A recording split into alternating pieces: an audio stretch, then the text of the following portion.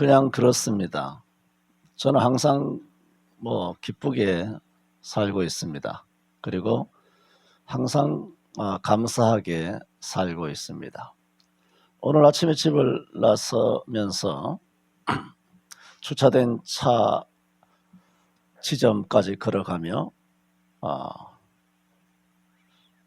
기뻤습니다. 왜? 주일이기 때문에. 하나님의 교회에 가는 날이기 때문에 기뻤는데, 또 하나 그 기쁨이 이래서 내가 기쁘구나 하는 것은 오늘 가면 성도들의 얼굴을 볼 수 있구나. 그게 참 기쁨이구나. 고전 13장에 이제는 우리가 거울로 보는 것 같이 희미하나 그때에는 얼굴과 얼굴을 대하여 볼 것이요. 그건 천당 가서 하는 일이고, 천당 안 가도 우리는 여기서 볼 수 있잖아요. 그 천당에서 이루어지는 일이 우리가 여기서 참 장로님들 비롯하여 우리 권사님들, 집사님들, 우리 청년들, 어린이들까지 이렇게 얼굴을 보고 산다는 것이 이렇게 참 행복이구나.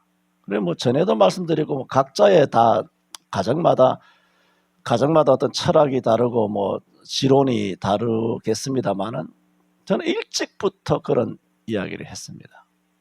어떤 경우가 있더라도 우리 아이를 유학은 보내서는 안 된다. 유학을 보내더라도 대학을 졸업한 다음에 유학을 보내야 되지. 일찍부터 초등, 중등, 고등 때부터 보내면 이건 이미 가족이 아닌 겁니다. 그건 비성경적이에요, 사실은. 하나가 한 곳에 모여야 되는 것이거든요. 교회가 바깥으로 부름을 받은 자들의 모임, 이 모이는 것을 교회라고 합니다. 여러분 따로따로 흩어져도 교회는 교회예요. 성전이에요. 우리 몸이 고전 3장 16절이나 4장 19절에 6장 19절에 너희 몸은 하나님의 성전인 것과 하나님이 거하시는 거룩한 전인 줄 너희가 알지 못하느냐 말씀한 것처럼 우리는 성전이고 우리가 교회예요. 그러나 성경 전체는 진짜 교회는 모였을 때예요. 그래 두세 사람이 모인 곳에 모이지 않고 흐트러뜨리는 것은 사단의 역사인 줄 알아야 돼요.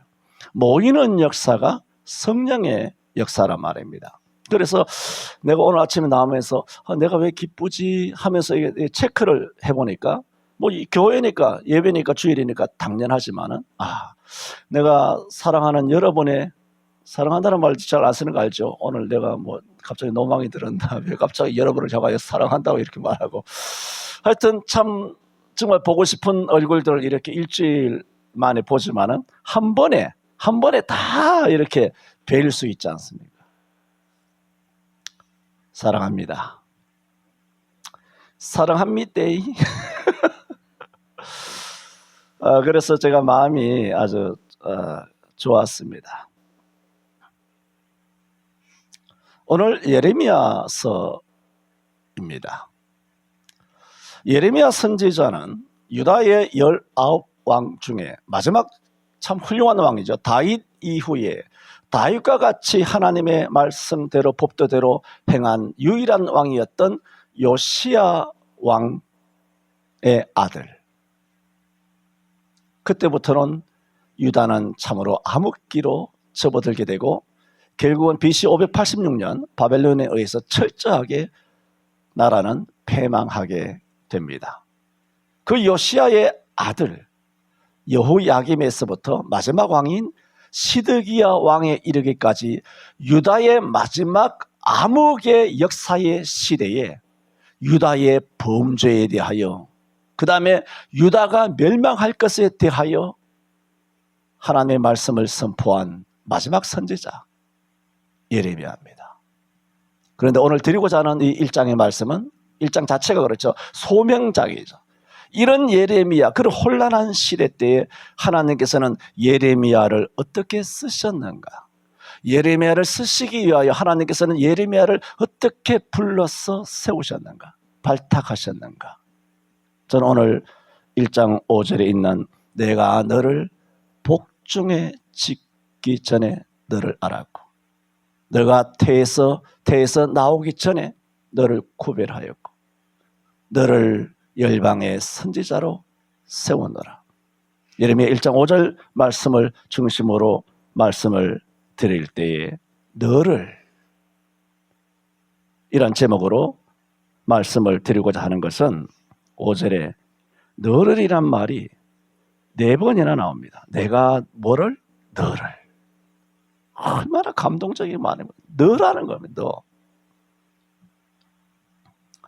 너를 알았고 너가 태에서 나오기 전에 너를 구별하였고 너를 열방해.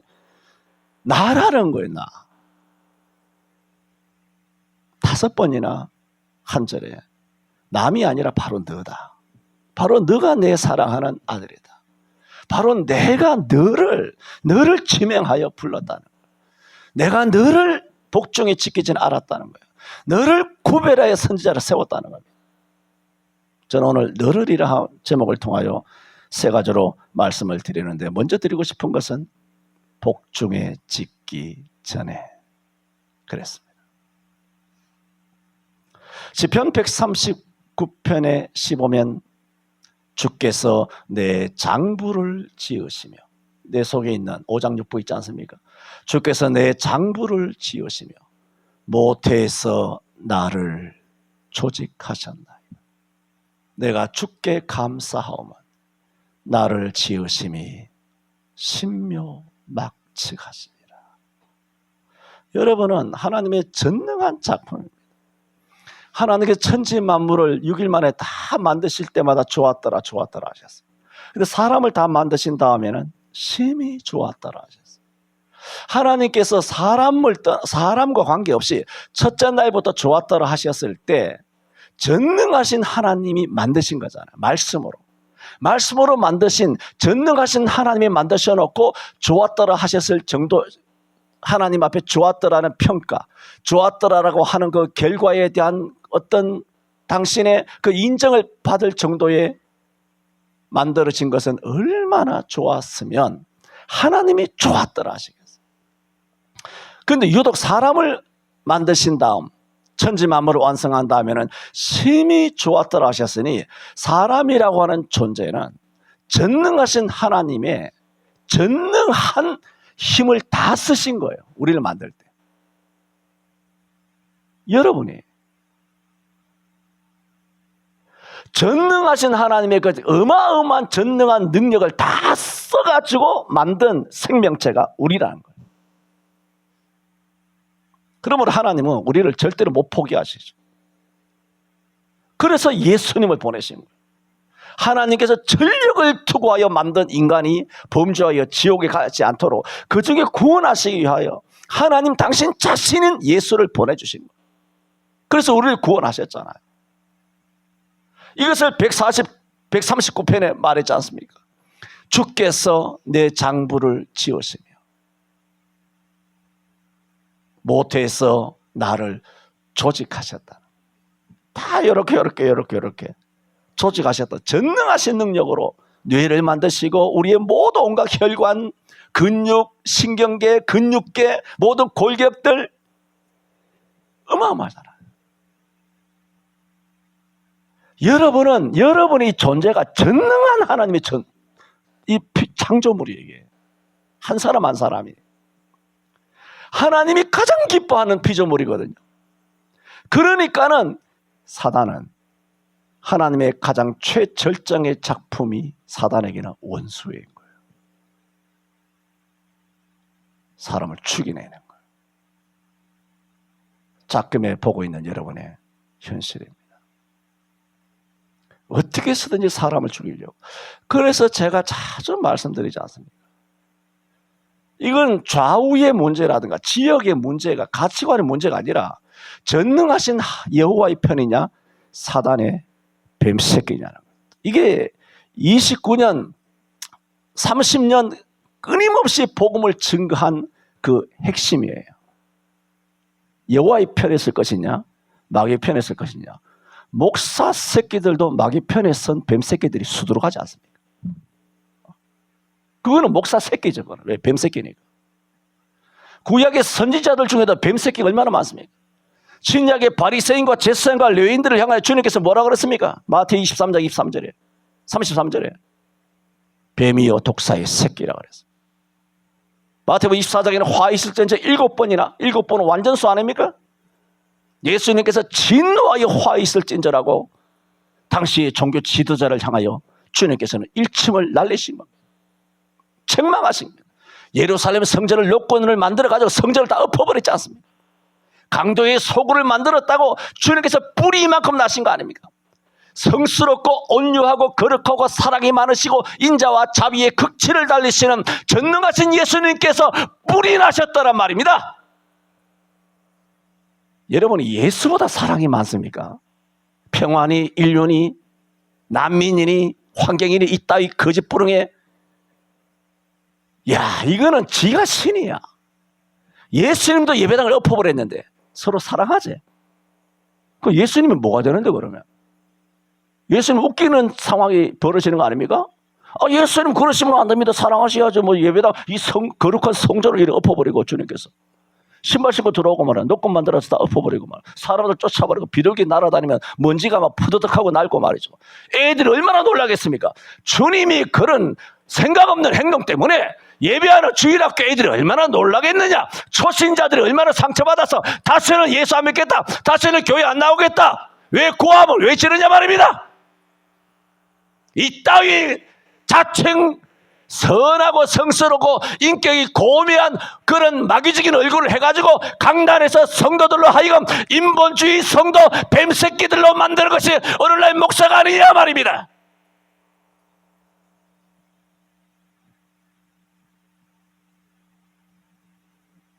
전능하신 하나님께서 가장 기뻐하는 존재야. 이런 창세계적인 성경적인 신앙을 믿음을 바탕으로 우리는 내 이웃을 사랑해야 합니다. 왜? 생명이잖아. 뱀새끼 사랑하라는 얘기 아닙니다. 말씀드렸지 않습니까? 하나님의 원수가 있고 내 원수가 있어요. 성경은 내 원수를 사랑하라 했어요. 여호와의 원수는 죽여야 돼. 이걸 혼돈을 하는 거야. 구약에서 전부 다 예수 하나님께서는 가나안을 정복하시면서 다 죽였어요. 안 죽인 것이 부메랑처럼 날아와서 이스라엘의 가슴에 처박혀가지고 그들이 우상을 섬기다가 개망한 거 아닙니까? 그게 자기 원수입니까? 여호와의 원수잖아. 아말렉을 쳐서 죽이라면 죽여야지. 사울이 엇나갔잖아요. 자기가 생각할 때는 좋은 걸 잡아와가지고 여호와께 제사를 드리면 하나님께 더 영광이 되지 않겠느냐? 조심해라.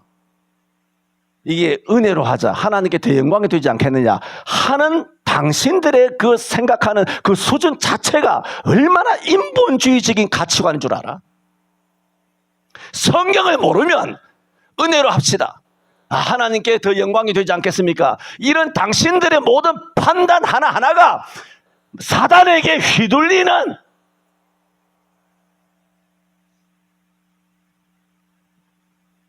하나님의 적대적인 위치에 서서 열심을 내고 신앙생활로 포장할 수 있다는 것입니다.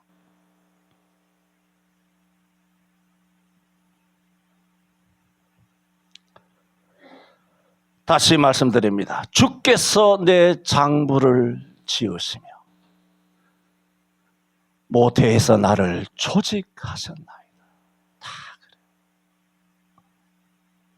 내가 주께 감사하오면 나를 지으심이 신묘막측하심이라 했습니다. 창세기 2장 7절은 잘 알지 않습니까? 하나님께서 흙으로 사람을 지으시고 생기를 그 코에 루아우라 성령을 불어 넣으시니, 흙이 생명, 여호와의 호흡이 생명이 들어가니까 사람이 뭐가 됩니까? 살아난 영이 된 거예요. 생명이 된 거죠. 하나님의 생명이 우리 속에 들어온 거예요. 이걸 따먹으면 죽는다 했으니 그 생명이 죽어버린 거예요. 선악과 따먹고 930살까지 살았지만 산 게 아니지. 그게는 이미 죽어버린 거죠. 여호와의 생명이 떠나버렸으니까. 나중에 육신도 죽었지. 죄의 삭은 사망이라 했으니까.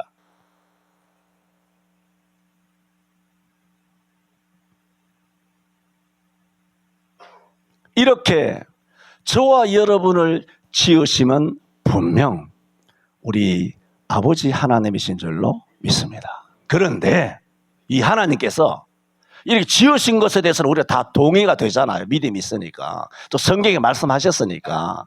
그런데 이 하나님께서 그러면 우리를 지으셨는데 우리를 언제부터 아셨지? 언제부터 아셨지? 뭘 아시고 지으시잖아요. 아셨으니까 지으실 거 아니에요. 오늘 본문에는 뭐라 그럽니까? 너를 짓기 전에 복중에서부터 알았다. 어머니 뱃속에 있을 때부터. 5절에 내가 너를 복중에 짓기 전에, 복중에 있을 때는 물론이지만 짓기도 전이라는 거예요. 그러니까 말하자면 잉태도 되기 전에, 의학적으로 말한다면 임신도 되기 전에 하나님께서는 어떻게 하셨다? 복중에 짓기도 전에, 태어나기도 전에. 성경이 분명히 그렇게 말하고 있지 않습니까? 태어나기도 전에 생명을 아셨다. 근데 태어나기도 전, 그 어느 전쯤이냐는 거예요. 1년 전? 내가 60년 전에 태어났다고 가정해 봅시다. 그럼 하나님께서는 내가 태어나기 전에 1년 전이면 61년 전부터 날 아셨는가? 그게 아니라는 거죠. 지난주일에도 뭐 자주 언급드리는 것처럼 에베소서 1장 4절에 하나님께서는 우리를 어떻게 창세전에 우리를 그리스도 예수 안에서 예정. 창세전. 와, 놀랍지 않습니까? 오늘 예레미야 1장 5절에는 우리를 가리켜 복중에 짓기도 전에 이런 표현이지만 에베소서 1장 4절에는 복중에 짓기 전 뭐 몇 년 전, 뭐 몇십 년 전, 몇백 년 전, 뭐 조선시대부터 날 아셨다. 그 정도가 아니라 창세기 1장 1절 천지도 창조하시기도 전 태초에 하나님이 가라사대 빛이 있으라 하시며 빛이 있었고 이거 하기도 전에 아담과 하와를 만들어서 최초의 인류를 하나님께서 빚기도 전에 창조 전에 하나님께서 나를 아셨다는, 여러분을 아셨다는, 우리를 아셨다는.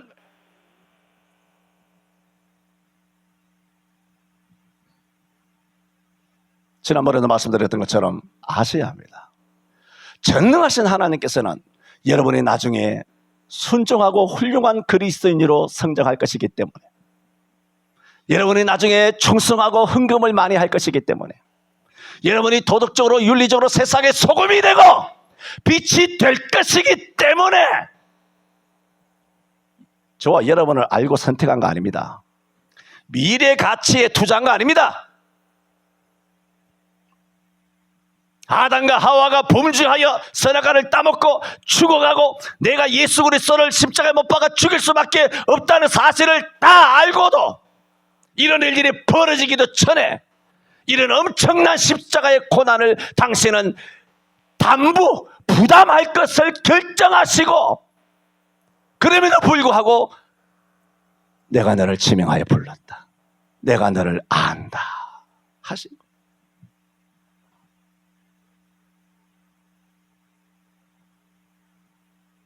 내가 11조 한 달에 1,000,000원씩 하니까, 목사님한테 고급 승려를 사주니까, 교회 건축원금은 20억씩 하고, 그렇게 하기 때문에 내가 나중에 뭐 국회의원이 되고 정치인이 되고 언론인이 되고 전문의가 되고 이런 것들 아주 훌륭한 그리스도인, 능력 있는 그리스도인이 될 것이기 때문에 주님께서 그걸 알고 선택한 것이 아니라 저와 여러분 엄청나게 더러운 놈들이에요.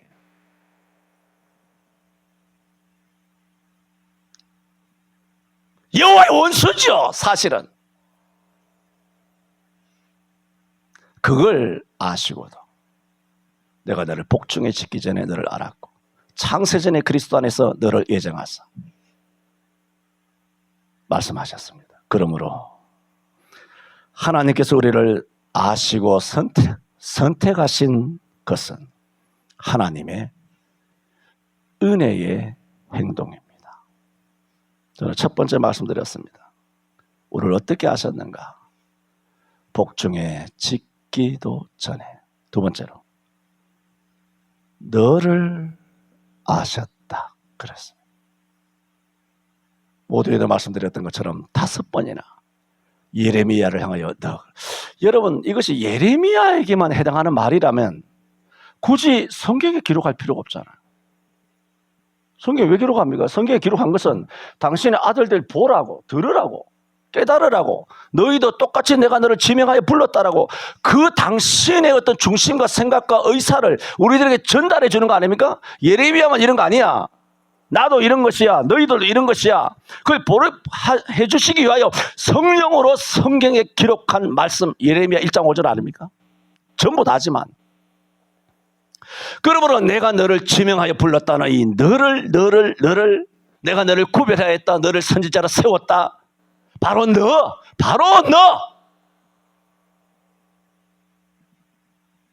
이것은 예레미야만 해당하는 게 아닙니다. 사도행전 13장 22절에 내가 이새의 아들 다윗을 만나니 내 마음에 합한 자라. 내가 이새의 아들 다윗을 만나니 내 마음에 합한 자라. 다윗은 독특한 의미에서 하나님 앞에 마음에 합한 자입니다. 그러면 이것이 다윗에게만 해당하는 문제였다면, 다윗에게만 필요한 말씀이었다면, 다윗에게만 주는 격려의 말씀이었다면 성경에 쓸 필요가 없습니다.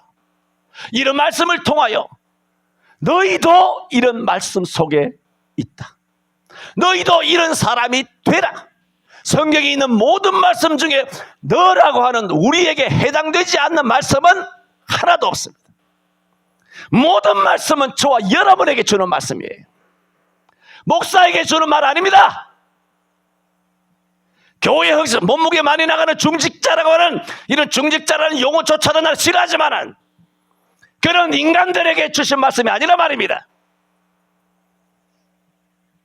당신의 아들, 딸 된 모든 성도들에게, 어린아이든 노년이든 초신자든 아니면 인종직전이든 누구든지 간에 당신의 택한 아들과 딸 하나님의 자녀들에게 너에게 주신 말씀이다.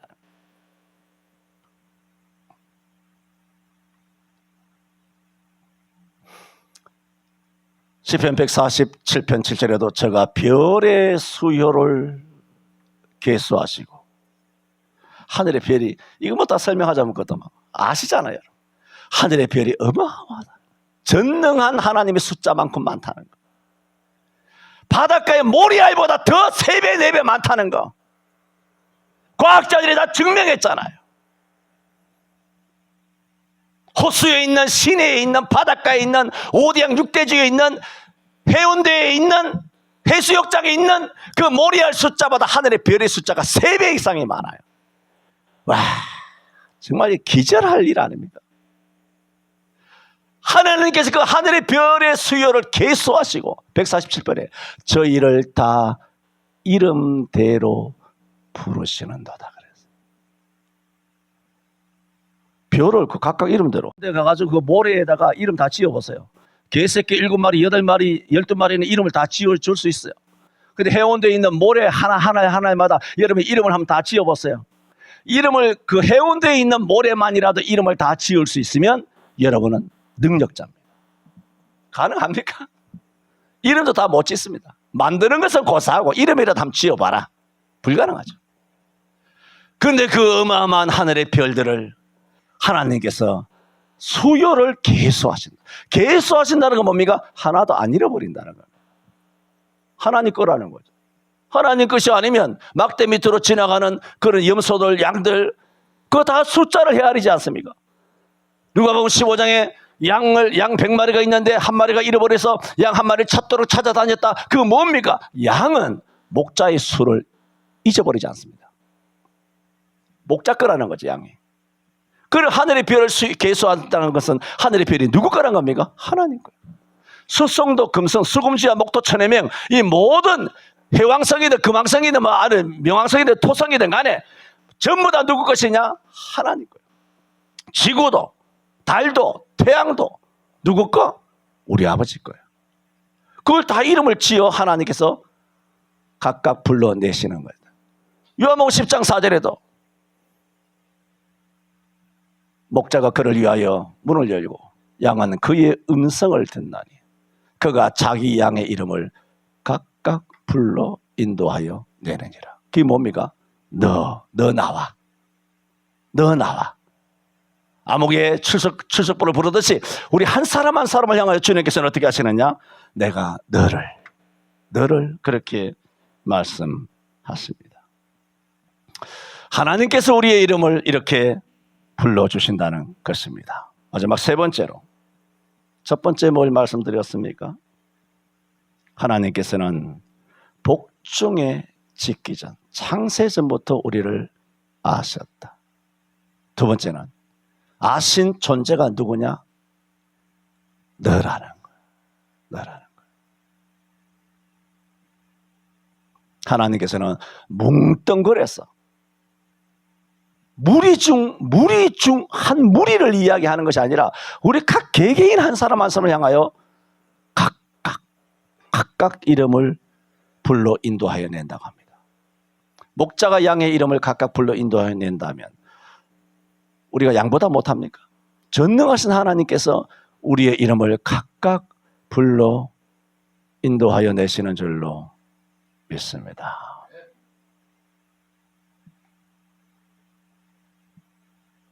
이제는 오늘 이런 요시야 왕 이후 그의 아들 여호야김에서부터 마지막 시드기야 왕까지 유다에 멸망하는 마지막 어두운 40년 역사 가운데 예레미야가 어떻게 유다의 멸망과 또 유다의 범죄에 대하여 회개를 촉구하였는가?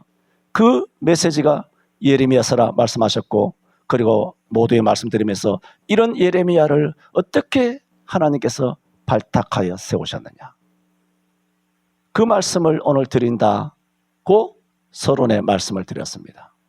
이렇게 복중에 짓기 전에 안 예레미야, 그리고 바로 예레미야 너를 하나님께서 어떻게 하셨느냐? 불러서 내가 너를 구별하였고 내가 너를 열방의 선지자로 세웠노라. 하나님께서는 창세전에 아실 뿐만 아니라, 우리를 그저 아실 뿐만 아니라, 1대1로 아실 뿐만 아니라 하나님께서 뭘 원하신다? 당신의 사람으로 발탁되어 선지자로 쓰임받기를 원하시는 겁니다. 사명감을 가지고 사명감 있는 성도들이 당신의 자녀가 되기를 원한다는 겁니다. 목사는 목사로서의 사명을 가지고, 장로는 장로로서의 사명을 가지고,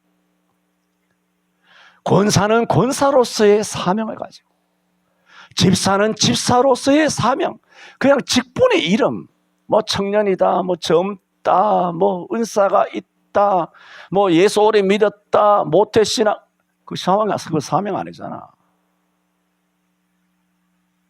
3대 4대 신앙이 사명이야, 그게. 사명은 목숨을 내가는 겁니다. 목숨을 던지는 겁니다. 하고 싶은 말은 너무 많지만 하지 않겠습니다. 하나님께서는 예레미야를 이렇게 향해 말했습니다. 내가 태에서 나오기 전에 너를 구별하였고, 왜 구별하였느냐? 너를 열방의 선지자로 세웠노라. 이 일을 맡기시려고, 이 사명을 감당하게 하시기 위하여 예레미야를 부르신 겁니다. 구별하신 겁니다. 세우신 겁니다. 그렇게 저와 여러분을 우리 몸된 교회에서 각자의 직분으로 세워주신 줄로 믿습니다. 로마서 12장 3절에도 은사는 여러 가지나 성령은 갖고 그랬어요. 직임, 목사, 장로, 권사, 집사, 뭐 청년들 뭐 여러 가지 있지 않습니까? 직임은 여러 가지나 주는 갖고 그랬어요. 역사는 여러 가지나 모든 사람 가운데 모든 것을 역사하시는 하나님은 같으니, 이게 뭐예요? 성부, 성자, 성령이에요. 3절에는 성령, 4절에는 예수, 5절에는 하나님 성부예요. 은사는 여러 가지나 성령은 갖고 그랬잖아요. 직임, 직분은 다 다르지만 주는 갖고 그랬어요. 역사는 여러 가지나 하나님의 같으니 그랬어요. 그래서 각 사람에게 하나님께서 역사를 나타내는 것은 몸된 교회를 온전하게 하려 하심이라 그랬어요. 이런 사명을 위하여 뭐 주셨다? 은사를 주시고, 직임을 주시고, 역사가 나타나게 한 거예요. 말씀 충만, 기도 능력, 찬송 은사, 전도 역사, 이런 역사가 나타나게 하시는 것은 모든 것을 유익하게 하시기 위함이다. 하나님께서 왜 예레미야를 구별하여 선지자로 세우셨느냐? 이런 일을 맡기시라고. 여러분에게 하나님이 주신 사명이 뭔지는 알고 교회 다니십니까?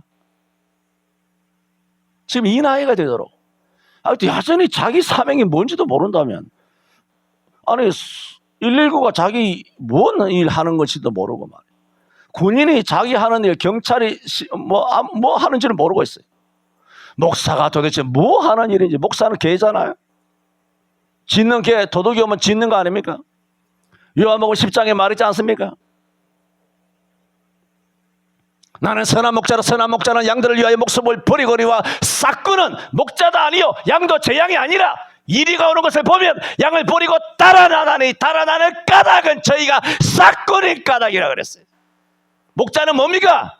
교회를 지키고 양을 지키고, 싹구리 도둑놈이 오면 왕왕왕 짖어대고 외치고 선포하고 꾸짖고 책망하고 회개를 촉구하는 것, 이게 목사 아닙니까? 여러분의 사명이 아니라 장로에게는 또 다른 사명이 있고, 권사에게는 권사의 사명이 있고, 청년들과 어린이들에게도 어린아이 사명이 있어요.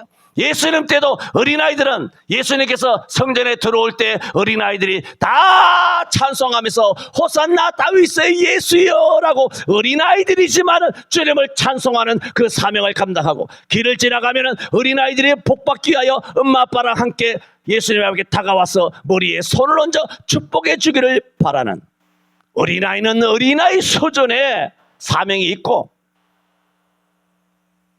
다 사명이 있는데 사명이 도대체 뭔지 비틀어진 말라 비틀어진 무슨 개뼈다귀인지도 모르고 그냥 주일날 되면 종소리 나듯이 주일 지키는 것은 감사하죠. 아무 사명 없이 책보따리 들고 왔다 갔다, 그건 아니란 얘기예요. 뭐 하는 겁니까?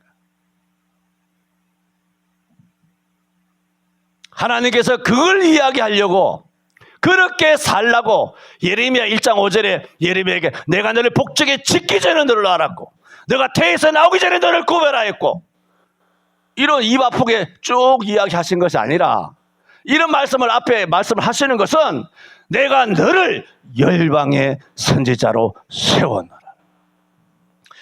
유다의 참으로 어두웠던 시대에 예레미야를 들어서 범죄한 유다 백성들에게 죄를 깨우치시기 위하여 메시지를 전할 자로 하나님께서는 예레미야를 세운 겁니다. 그게 뭘까요? 사명입니다.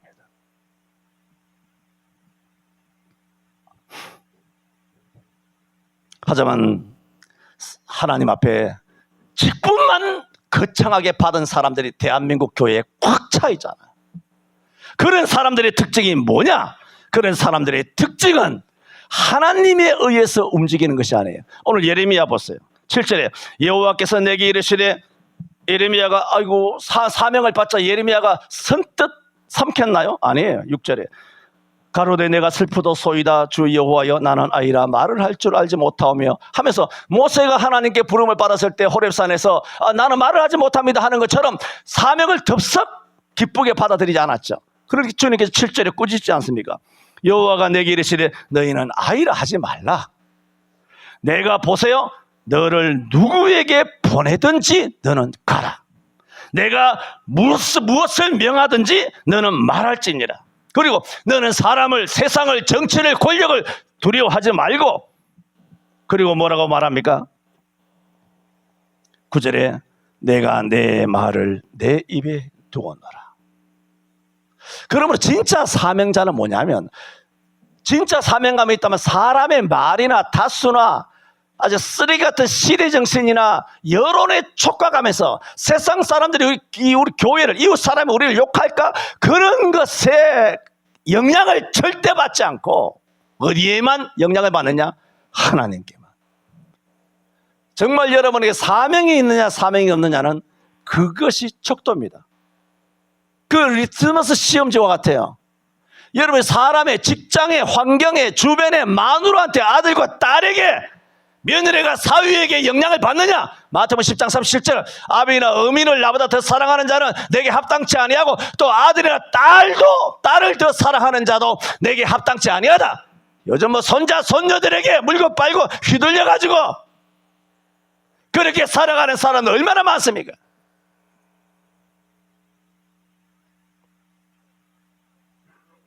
그건 사명이 아니에요. 사명은 그걸 뛰어넘는 거예요.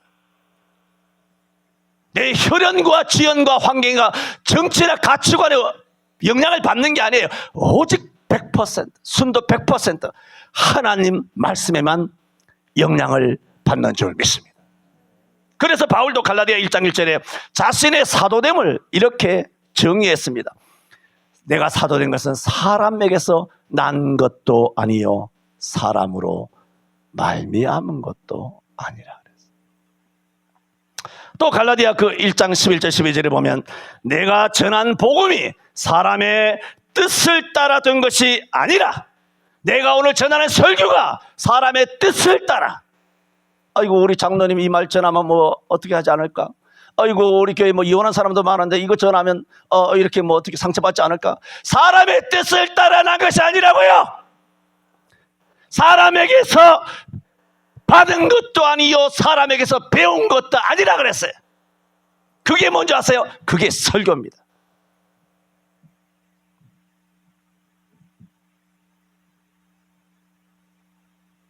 하나님께서 예레미야를 세우셨을 때 어떤 수준의 하나님의 사람으로 세워지기를 바라셨느냐?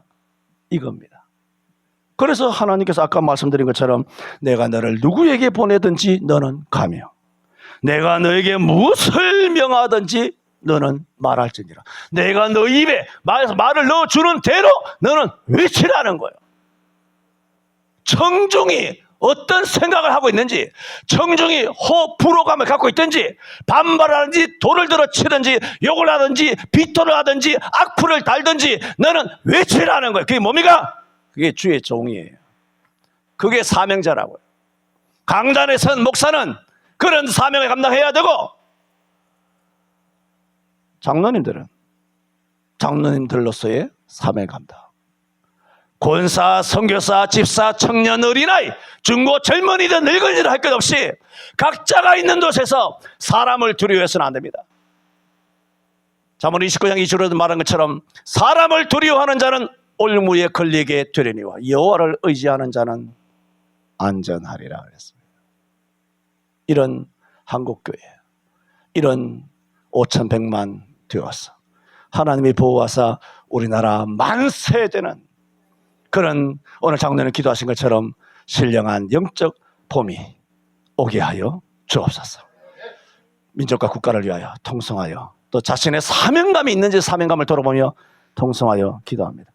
살아계신 하나님 아버지, 오늘 예레미야가 BC 586년 유다 나라가 멸망하기 직전에 약 40년 동안 영적으로 육적으로 타락하고 심히 혼탁한 시대 때에 하나님 아버지로부터 부름을 받아서 이처럼 유다 백성들에게 하나님께서 어디로 보내시든지 가며 또 무슨 말씀을 전하든지 전하는 하나님의 사람으로 쓰임을 받아 위대한 선지자로 일생을 살았던 것처럼 주여 우리도 오늘 이 말씀을 통하여 내게 정말 사명이 있는지, 그 사명이 있다면 그 사명감이 무엇인지 우리 자신을 돌아보면서 주여 우리도 오늘 예레미야 1장 5절 예레미야처럼 내가 너를 복정에 짓기 전에 너를 알았고 너가 태에서 나오기 전에 너를 구별했고 너를 열방의 선지라 세웠노라 하시는 하나님이 세우시기를 원하시는 이와 같은 마지막 때의 시대정신이나 이래 쓰리 같은 여론주의나 이웃 사람들의 영향을 받지 아니하고 오직 하나님께만 영향을 받으면서 아버지 앞에 바로 설 수 있는 귀한 신앙으로 살아가는 그래야 사명감을 새롭게 하고 사명감을 깨닫고 이 사명감 가지고 힘써 살아나가므로 아버지를 기쁘시게 해줄 수 있는 우리 서울 성촌교회와 또한 우리 모든 성도들 되게 하여 주시고 한국교회가 되게 하여 주시옵소서. 주여 예레미야처럼 아버지께서 복정에 우리를 창세전부터 하셨고 하나님의 가장 위대한 생명체로 존재로 우리를 세워주신 줄 믿사오니 이와 같은 삶을 살아갈 수 있는 우리가 개개인이 다 되게 하여 주옵소서. 주여 여호와께서 나의 창고를 지으시고 나의 주여 나의 모태에서부터 나를 조직하셨나요? 내가 좋게 감사하면 나를 지으심이 신면막책하신 이와 같은 사실들을 통하여 아버지께서 영광 받으시기를 원하시는 줄 믿사오니 주여 주의 이름을 부르며 주의 이름을 나타내는데 힘써 나갈 수 있는 진짜 성경적인 세상의 소금과 빛이 되게 하여 주시옵소서. 우리나라를 구원하여 주옵소서. 다시 영적인 하나님의 아름다운 계절 봄이 돌아오게 하여 주옵소서. 그리스도의 계절이 오게 하여 주옵소서. 예수님 이름으로 기도하옵나이다. 아멘.